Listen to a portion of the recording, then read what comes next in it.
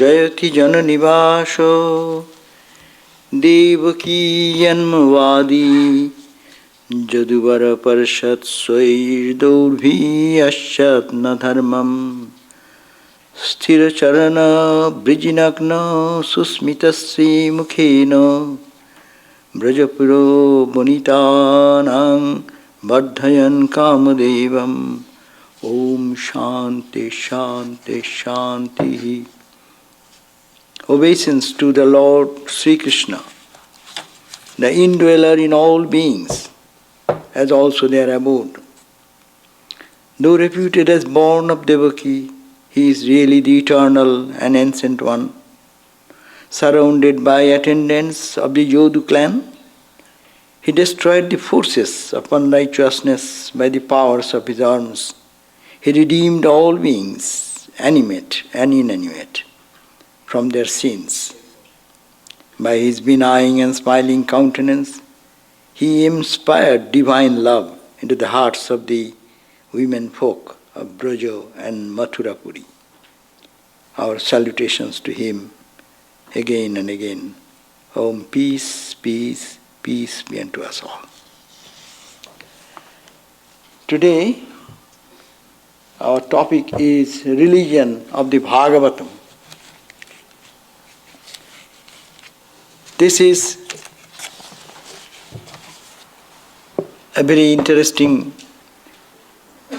and inspirational topic. What is the Bhagavata Dharma?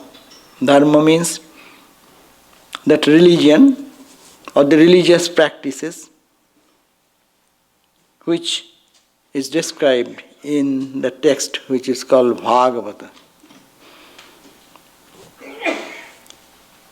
In the religion of Bhagavata, that is called, or Bhagavan, Bhagavan's religion is called Bhagavata. And the dharma that holds, upholds, that practices, which takes one to him, the Lord, who is destroying all the past karma and the cycles of birth and death of individual. So Bhagavata Dharma is the eternal religion which teaches us how to love God. As you all know, the twin purpose of human life is, as Vedanta proclaims, one is Attantika Dukkha Nivritti, total annihilation of all types of suffering of life, and second is Paramananda Praptischa, attainment of that eternal, absolute, infinite, the joy, which is boundless, which is unlimited. So these are the twin goals. And Sri Ramakrishna emphasized that this human life is very rare, and our only purpose of human life is to attain to that joy, limitless joy, infinite joy. So, how we can reach that limitless joy, and how we can cross the sufferings of our life, how we can overcome all the difficulties and challenges of life and rise above and get ourselves established in our eternal dignity, eternal stand of purity, eternal stand of our joy and blessedness, which is our very nature. That is according to Vedanta. But Bhakti school does not say something different. Bhaktas want to stay in tune with joy. They even don't want to merge in the infinite state of our being where one can be sugar. But the devotees want to taste the sugar, to keep a little separation and enjoy the bliss, unending bliss. We find in the mystic experience of Sri Ramakrishna, when Totapuri was teaching him to the highest wisdom of non-dual, and because he is an extraordinary spiritual personality or God incarnate, He says that my mind is stuck here. And there is such a beauty, such joy, such unsurpassing power and attraction for that the mind does not go beyond that. And for Ramakrishna, it is a depiction. The world we see, it is a depiction. Sri Ramakrishna's life, the life of the incarnations, are extraordinary examples before us. How the spiritual truth become relevant and how it can be understood. So that is the way he speaks, that his mind has gone in such a level that there he is almost touching the infinite joy. But as if there is a little veil which is not allowing to penetrate that. It is called the Bhava Mukha. That's why in the scripture, it is called the Bhava Mukha, means standing on the threshold where one merges into the infinite, or not merged yet, just on the verge of that. One can stand and see this side of the room and that outside which is beyond. So this is the state Bhakta wants to stay. And there is no suffering. What the suffering? The body identity with which we suffer. The mind which becomes depressed or which becomes excited, that mind is no more there. It's almost mindless state. A trace of mind so that one can experience certain piece of that infinite joy. That much presence of the mind. It is almost gone, but still a trace. That's why it is called the super sattic mind. Ramakrishna talked about that sattika mind.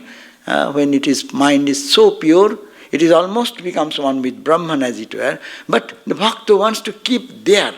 So the whole Bhagavat teaches us how we can really enter into this type of state of our personality, crossing our personality to become that which is beyond all doubts, confusion, duality, and being always absorbed in the blissful state. Ramakrishna said that the bees make a noise, humming noise, or flutters their wings. But when it sits on sucking the honey, and that moment all this fluttering stops. So it's the mind which is rattling here and there for us.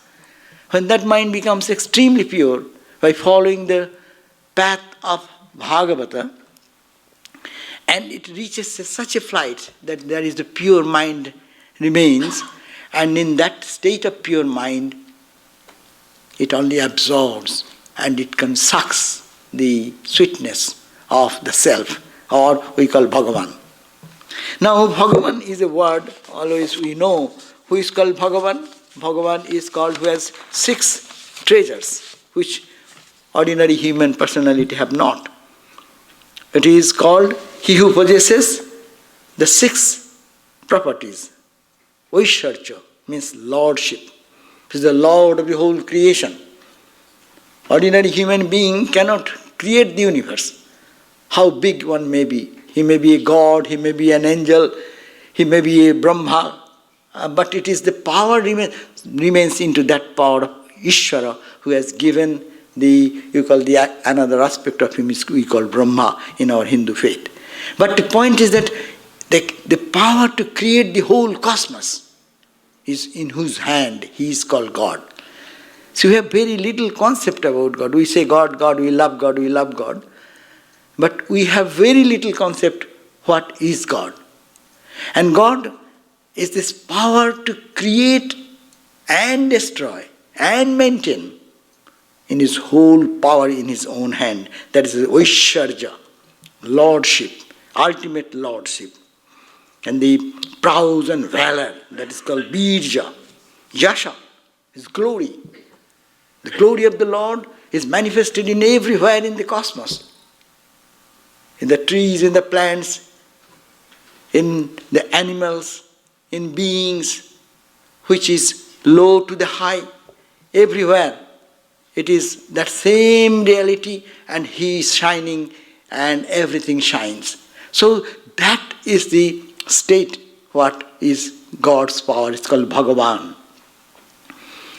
That's glory. No one can supersede that glory. And it reaches the spiritual treasure, the earthly, whatever is the epitome of that. Jnana and the knowledge. Ordinary human people, human being, we, as we know, we earn knowledge. We became big guys in the world. Even you are a Nobel laureate, but at the end, what knows we, dementia comes. So we lose all our knowledge. But this knowledge, God's knowledge, this who is God, He is not that empowered by this type of, or influenced by this type of weakness. So that's called is jnanam, vairagya, dispassion. He creates, but He has no attachment. If we create something, how I think that it is my creation, if anyone appreciates. You write 2 lines, and someone sees your writing, oh, it's my writing. So it is very difficult to be detached. But God created the whole universe. He is free from everything. That's why His joy is unbounded. He does not get stuck into attachment. So say His knowledge is called the supreme knowledge, vairagya, dispassion, in its fullest degree. So these are the 6 treasures who possess, we call Him Ishvara.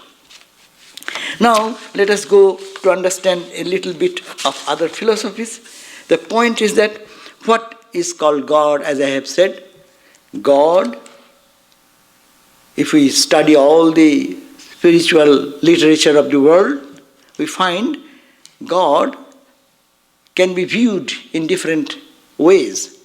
One of the greatest view is that God, the absolute, beyond time, space and causation. It cannot be described, it cannot be limited, mind cannot fathom it, time cannot measure it. So it is, that is.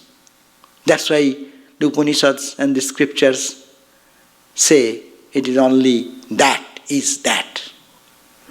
And in that point, it is indescribable. But it is not void. It is not void, but it is indescribable. Ramakrishna talked about Buddha. Why Buddha will be void or shunya? He could not express what he experienced in the language. There is no language which can be expressed there, inexpressible. So that is the highest concept of God, what is called the absolute, all beyond time, space and causation. It is called Nirakara and Nirguna. It is Nirguna, there is no gunas, no limitation of gunas. Gunas always bind us.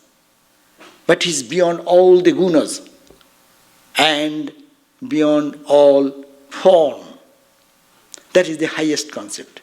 Next concept comes, which is monotheistic religion possesses that idea. What is? God is everywhere. Has no form, but He has the qualities of compassion, love, blessings.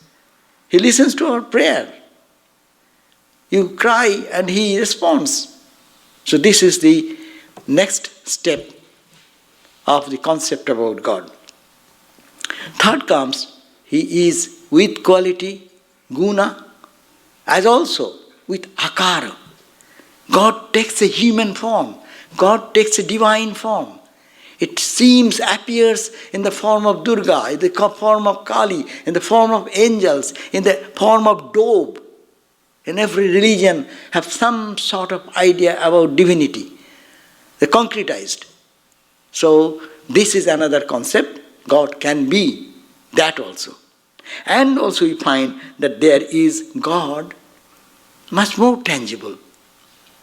When He comes down and assumes a human body, walks on the ground of the earth, talks, interacts, redeems, blessing, gives freedom, mukti, liberation, as if in his hand, at will, he can give. We call them avatars. And of course, next is we find saintly people who have by their own spiritual practice have purified themselves and live in the world like a free soul. It is called like Jivan Muktas. They are Jivan, they are in life, but at the same time they are Mukta, they are free.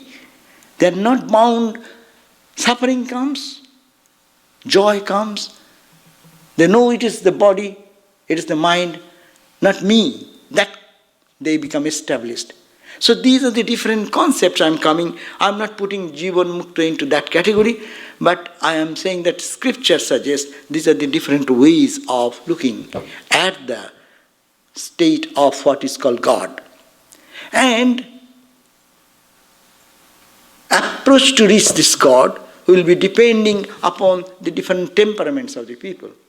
But this Bhagavata, people think that it is a book of devotion only. Yes, predominantly it is. It has tremendous impact to generate devotion in us, but it is not restricted to that. It has its all the other inputs also.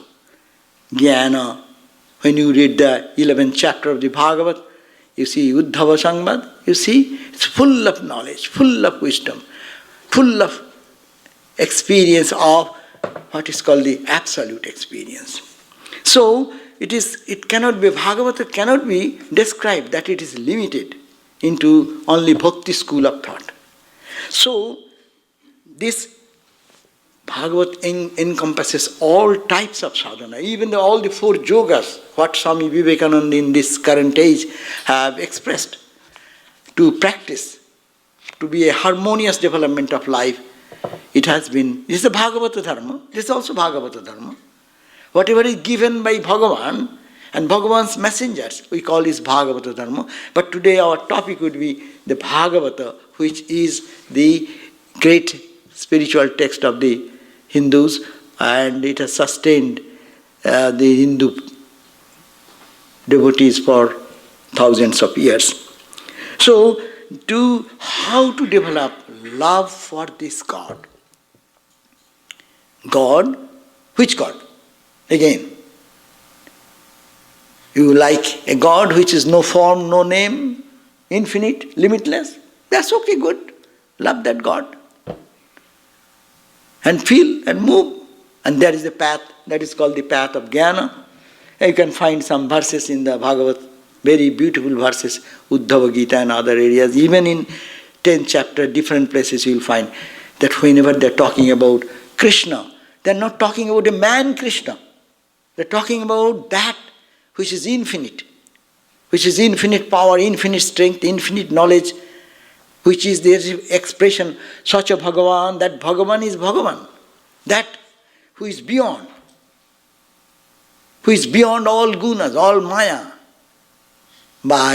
But he has comes down, takes a human form, accepts the imperfections of human being, and then moves and walks and talks like us and helps us to get out of it. So this is the love for God, can be that. You can think of God as absolutely infinite, and you can see the presence of God everywhere, not needed any particular aspect of it or a particular form of it. That may be one way. You can think then when he comes in a human form, and that becomes a devotional practice. Normally we know that is called the path of devotion. But all are devotion. That infinite attraction for that infinite reality, when people are searching for the truth, nalpe shukham asti bhumaiva shukham, when they are searching for that infinite joy, not in the limited form or name or anything even, that's also the search for truth. But it can be defined differently according to the taste and temperament. It is the same sun. Everyone is looking at that. But someone is looking on the surface of the earth, someone goes little high up, 40,000 feet to 40,000 mile to 100,000 mile to 200,000 mile, and go on, you see the same sun, but sun expands as it were. Sun does not expand. The vision expands. Our understanding expands. So love God. That is the major point. Forget in whatever way you want to love. So Bhagavata, that's why, is a great text which teaches us that how to love God intensely in any of the above aspects.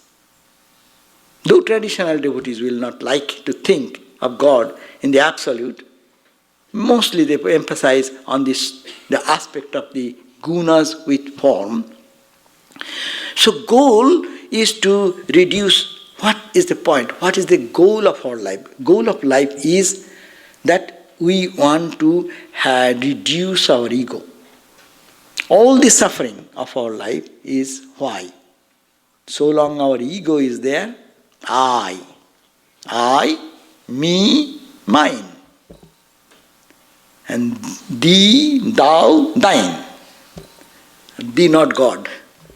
You are separate from me, I am separate, and I and me and mine. So my everything is necessary. I don't care what you have or not. So that is the separation.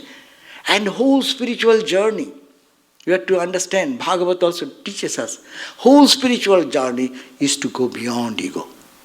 Or make the ego, make it humble, and let it ultimately die at one point. Death of the ego. Death of the ego means you live in eternity. Death of the little ego, petty ego, it is called the unripened ego. And in the Vedantic way, you expand your ego. I am not this, I am this, I am further. Go. How far you can expand? A point will come, like the frog in the well will give a big jump. God is this far, your ocean is this big, and then he gives another jump. And they say, no, it is much bigger. Oh, is it so? Okay, another jump, and ultimately he give a big jump and then he died. So the ego, let the ego die, either in humbling at the feet of the Lord, that is the devotional path, or expanding the ego into the vastness and infinitude of the divine. So these are the two ways, but our goal is the same. It's called, Vedanta calls Aham Brahmasmi, I am that imperceptible, that infinite, that timeless, spaceless, eternal, absolute. And Bhakti says, I am yours. I belong to you. And they go one step further. He says, no, I do not belong to you. You belong to me. Another step of development happens in Bhakti school. I must have to take care of God. God is baby Gopalo. He will break his arm. He will fall down. I'll have to take care. Lord of the world, you take care? Yes. When devotion grows, love grows, it happens. That's the play of love. That is the devotional path the Bhakti school teaches us. So, but the ultimate experience I must have to emphasize, that in ultimate experience when the Jnani will say, I am that, this little petty I goes and merges into the infinite, and you become that Satchidananda, little drop of water, I, coming close to the ocean and touches the ocean, asks the drop, hey, what is your name now? He does not say anything. Who will say? That drop is gone. It is ocean, nothing but ocean. And what happens in Bhakti school? There is a beautiful statement in Bhakti analysis. They say, Naham Ramana, Naham Ramana, Naham Ramani, Natuhu Ramani, Duhumili Eka Peshalajani. I am neither a lover of God. You are not my beloved. You and me have merged into one and absolute. So that union, that losing our little identity into the cosmic, That is the ultimate goal of life. And that is the goal of Bhagavata Dharma. So, this Bhagavata Dharma is the Bhagavata Dharma of love for God. And Ramakrishna said, cry for God, weep for God. Who cries for God? We cry for money. We cry if we some few dollars we lose, or someone tells something to pull me down. I feel so much upset. Who becomes upset for, oh, this day is gone, I have not realized God? Who cares for that? Every day goes, Ramakrishna is to cry. When the sun will be setting in the western horizon, he will cry, oh mother, another day is gone, I have not seen you. No? So this is the cry. That is called the Bhagavata Dharma. One should be panting for breath. One should be crying for God. So that is the teaching in the Bhagavata. But that it is not so easy to gain it. There are different levels, different types of bhakta. One bhakta is called the... Bhakti can be attained in any way. When you get frustrated in worldly matters, that pulls us down and we become psychosomatic. People like suffering in the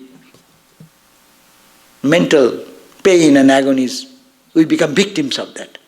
But if we get depressed and call upon God, you can elevate it. You can be elevated there.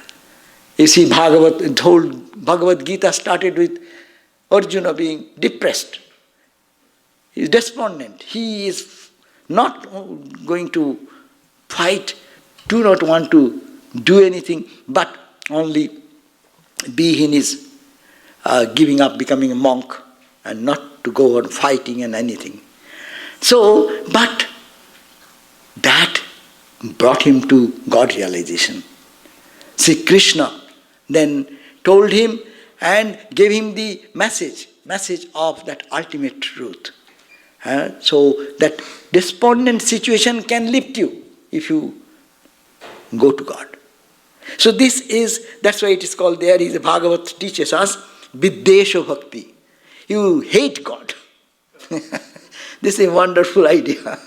You hate God, then you realize God. You love God. If you love somebody, you may sometimes forget. No? In our human relationship.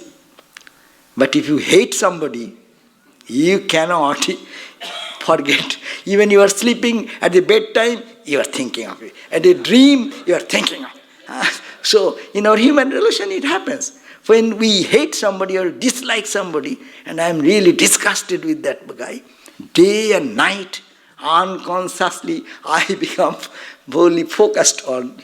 So this is psychology. So this psychological effect has been taken in the life of what you call Kamsa, in the life of Ravana. They are always thinking that God will be born, God will kill me. Probably he is now born. Oh, this night time. Oh, maybe I do not know what is happening. So always thinking. It creates, their philosophy is that Viddesha Bhakti, it is, spiritual life is concentration. When the love gets concentrated, or think of anything concentratedly, then you get tuned to that. When you concentrate on your food, then you know what you are eating. When you are eating and your mind is somewhere else, you do not know what you have eaten. So experience depends on the cooperation of the mind and concentration. And God realization, entire Raja Yoga is concentration. But this concentration becomes spontaneous for one person who have developed this Viddesha Bhakti or hatred, out of hatred.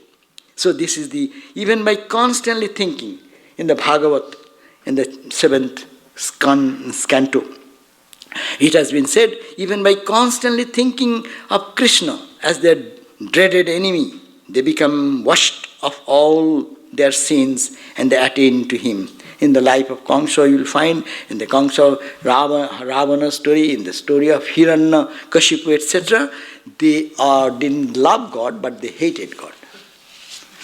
So that's why Bhakti is, Bhagavad Dharma is easy. in whatever way you like. And then Jnana Bhakti. Jnana Bhakti, we find that there are those who think that you have to remember the glory of the Lord and then you love. Then your love will be intensified. Narada is a propounder of that philosophy. Shandilya, we know of these ancient sages. More, they know about the element of this knowing aspect of God. God is who is God. As I said at the beginning, we think God, we think of God, we pray to God, but God does not listen. And we feel that I called upon God, but it didn't happen. Let me go to this guy, that guy, get this help, that help. Because we do not know who am I talking about. Who is the God? Is he the controller of the whole cosmos? Is a big problem for my little this difficulties to take away from my life. So powerful, just to pray. That's why we find in the life of the most saints and sages, they say, just surrender and you see how smoothly things come out. You try to solve the problem, you try so much of difficulties, but if one can really dedicate the life and just surrender, then how spontaneously this problem can be solved. So this is the Jnana Bhakti. Mudha Bhakti, that's another level of bhakti. These are different terminology. I am just giving what Bhagavat said in different places. In place of being based on God's majesty and excellence, this love source and sustenance it feels like God belongs to me. Like Gopala, God is my Gopala. Ramakrishna told the one lady to think of God, and she said, I cannot do that. Well, like, why? I have my nephew. One said nephew, another said, I have a goat. Sri Ramakrishna said, okay, you serve the nephew and think that you are serving God. You are Gopala. So put Gopala. The idea of Gopala, the baby Krishna, the Lord in a baby form. So that is called the Mudha Bhakti they define. And Madhusudan Saraswati said that greatest Advaita philosopher who became late theoretician in Bhakti, he said that 3 stages come in succession. I am His. That is the beginning of Bhakti. Oh Lord, you are the Master. I belong to you.